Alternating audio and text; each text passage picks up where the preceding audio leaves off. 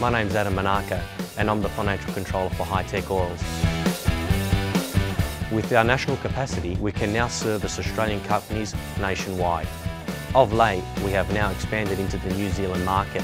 Here at Hi-Tech Oils, we receive premium base oils and premium additive packs. Together, with our highly trained staff, we manufacture over 500 premium quality products. Hi-Tech Oils is Australian made and Australian owned.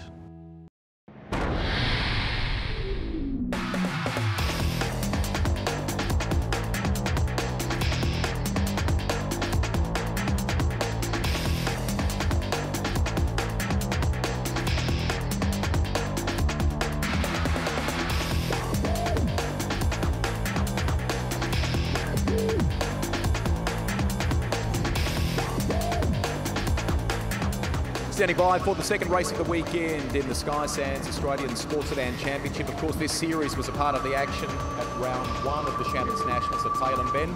Let's go to your commentators now, Darren Smith. And we've got an update, I think, up there, boys, as far as a hearing was concerned after some racing yesterday. That's right, Rusty, we certainly do. The Sky Sands National Sports Sedans are already rolling around their rolling start, but Gary O'Brien right alongside me has been following sports sedans for as long as they've been around. Bit of controversy at the end of yesterday, and you got the update on the Sky Sands car of Thomas Randall. Yeah, winners yesterday by a country mile basically, but relegated to the back of the field and excluded from the results for using an unmarked set of tyres, unfortunately.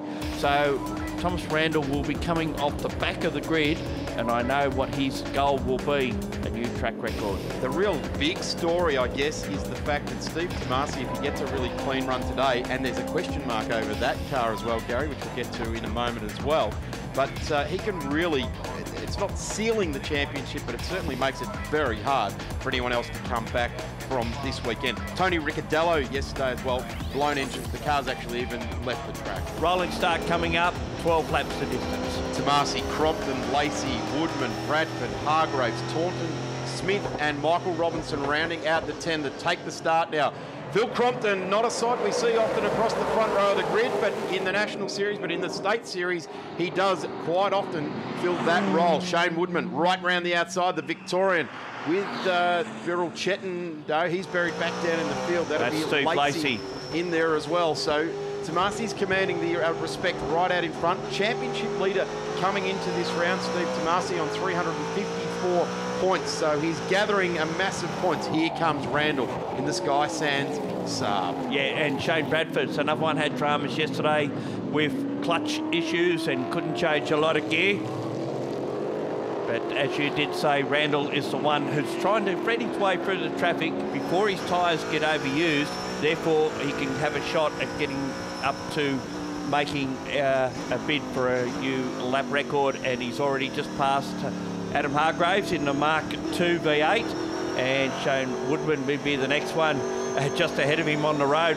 We've just seen a bit of a squirrel effect come out of the Chev Camaro of Shane Bradford, and you can see now that look who's moved in right behind him. Right in there as well. So Shane Woodman, the fellow Victorian, just ease that gap there so he can get through. There's a big spin right in the last corner there. Not sure who that is, but Randall draws alongside now the Aston Air car of Shane Bradford. Great to see Shane having a full national tilt throughout this season, and he's sitting pretty well also in this run. He's about 8th in the title hunt. Jeff Tanton, the one who had that spin down at turn 6, but gets it going again. And here comes Randall, lines up Lacey down the back straight and just whistles his way past the Sky Sands Saab on the move in the Sky Sands race at the moment. Well, this is an interesting storyline with Thomas Randall. We know him from his exploits that he's done over in New Zealand, winning the Toyota Series and racing in F4 as well, and doing a tremendous job in his career. He's racing in the Dunlop Development Series, which clashes with the last round at Phillip Island. So what he has to do is he has to win everything today. Stephen Tomasi also has to win everything today. But these two protagonists will not meet each other at the final round, because his first commitment is to the Dunlop Super 2 Series. So let's see what Thomas can do. And already made his way into P2, fastest sectors, and now a 109.68. We should see that come down a bit further before we're in lap record territory, but certainly driving well. Billy Chetan has spun the Camaro down to turn 6. He is the current title holder. Broke a wing yesterday's race, therefore didn't finish, but then managed to get it going again. And there's Lacey making his way down the back straight. Keep an eye on this lap from Randall. This will be the one where he can possibly get a lap record. Yeah, he's got a couple of opportunities from about lap 3 through to about lap 6. So Stephen Tomasi, the lead now, 3.6 seconds back to Thomas Randall. And we look back to Bradford, Shane Woodman, Adam Hargraves, Michael Robinson in the Bell Real Estate car. And there's the move down from Bradford. He's got a replay here of Beryl Chetton going around at turn 6. Car number 1 took out last year's championship. And it was stringing it together last year. He strung together result after result after result. Lock up there for Shane Bradford. Woodman all over the back of him there as well. Woodman had, I spoke to him this morning, yesterday in the heat, he had blurred vision. He was actually struggling. When I spoke to him this morning, they were loading the ice into the cool suit, which probably right now the ambience not so bad, but he was experiencing 88 degrees inside the cabin. That's hot. Electrical problems for that car on Friday and into qualifying, but managed to sort them out. But as you can see, I think Bradford's struggling a little bit. We can see the car just pinching tyres going down to turn 1 earlier. Fastest lap for the race at the moment. We have Randall with just a slightly over a 108. So Greg Rust in pit lane. Got a little bit of an update for you with the Mark Cars team. Unfortunately, Jeff Taunton, you've had some sort of issue. What's happened? It looks like some of the bodywork's folded over or damaged the right rear. Is that right? Yeah, it's not bad. It's just that, yeah, we're so good on the brakes, and the Monaros and the other big horsepower cars haven't got the brakes. So in the early part, you know, there's a bit of that going on. So it's fine. It's just a couple of panels. It'll be right. We'll come back. Right, yeah, thank you. Have a look at this. Woodman down the inside now. Liam Hill from Riverside Racing, who's preparing that car so well these days, has been working very hard. There was also a clutch issue with that car on Friday, so it's actually got a bit of the old sticks and twine and chewing gum holding that side of things together. No, that's not what Riverside Racing do. They've engineered a beautiful piece of clutch for him, but it wasn't what they originally came here this weekend to run. So let's watch how it works. Change of position there with the race lead going very quickly the way of Randall as he goes through and takes the lead and does a 1:07.55, 400ths off the lap record. And East Michelin's renowned for coming on later into a race, so he's still got tyre life there that can possibly get this lap record. So there's the battle again with Lacey and Woodman. He's put Shane Bradford right behind him now, so he's now pushing on through. So that's for 4th and 5th on the road. Phil Crompton just disappearing down the road there as well. So started off the front row, finds himself in P3, and it's quite a healthy gap between those guys. It's got 3 seconds between that battle. Shane Woodman now trying to get past Steve Lacey in the Camaro from New South Wales, and of course the BMW from Victoria. Been a great battle between these two all through qualifying and yesterday's race. Lacey coming off the back of a state championship win at Wakefield Park last weekend. Here's a replay of the pass for the lead. You can see Randall through on the inside of Tomasi out of turn 3, takes away the lead. Gary, do you get the feeling that we've got a little bit of Tony Ricciardello, Darren Hossack coming through, the next generation of sports sedans? Yeah, but I don't think Steve Tomasi really wants to put up a fight here. He's happy to take the points because he knows if he keeps getting good points, he's got this series wrapped up. Yeah, it's been a few years in trying too, and he's thrown it at them all. He's thrown it at those two I mentioned, Tony Ricciardello, Darren Hossack. That famous coming together at the very fast first corner, and down off goes Woodman. Gathers it back up, but he was ranging up onto the back of the top Camaro there as Steve Lacey pulls it back in. This car's working very, very well at the moment. It's right in the window that Shane is using it. Look who's come back up on the back of it, Bradford and Michael Robinson. What a great shot of the back of the Skysan Sports Sedans coming out of that corner. Yeah, don't you like the back of those Holden Monaros? Don't they look good? Yeah, they really are. They're a wide thing. Here we go again. This is Lacey and the Landale Science car of Shane Woodman. Off the back there, that's not ideal for a very hot sports sedan racing slick. And gets back on there, gets it all gathered back up and selects a gear and goes on with it. Here we are back again with the live pictures. And, well, you just pointed it out, Gary. You've been doing sports sedans for a long time. Please announce it. New lap record, 1:07. 3-2-8-4 for Thomas Randall. He was aiming for it, he wanted to get it, and he thought this race was the best opportunity, and now has a lap record, and who's to say that's the end of it? Oh, yeah. We're on lap 8, so I guess he might have probably used up the best of the car. It's a 12-lap journey, and I know Jack Perkins will be watching. So, Jack, unfortunately, your lap record for the Sky Sands National Sports Sedan has gone, but it's gone the way of Thomas Randall in that Saab, which is the multiple championship-winning car, by the way. Yes, and look at this great battle that's going on. This is for position 4, would you believe?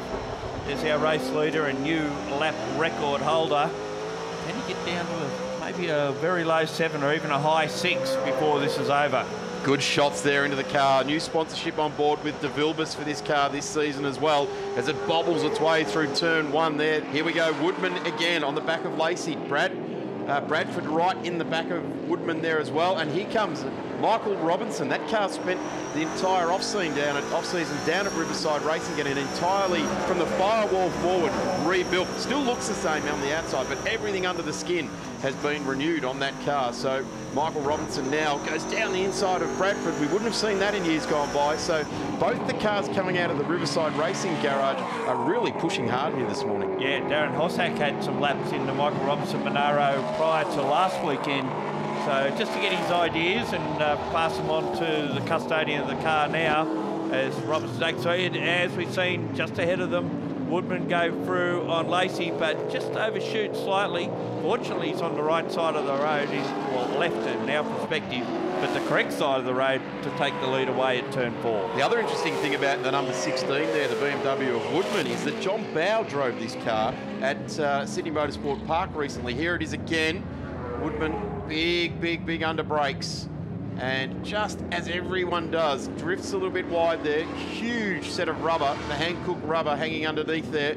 Here's Robbo now, just can't dispatch with the number 68, the Aston Air car. Looks to the inside, the yellow Monaro, the black bonnet, charges on through. The real estate agent from the Dandenong Rangers in Melbourne. Yeah, I don't think that's tyre pinch from the Camaro either. That looks a bit more mechanical.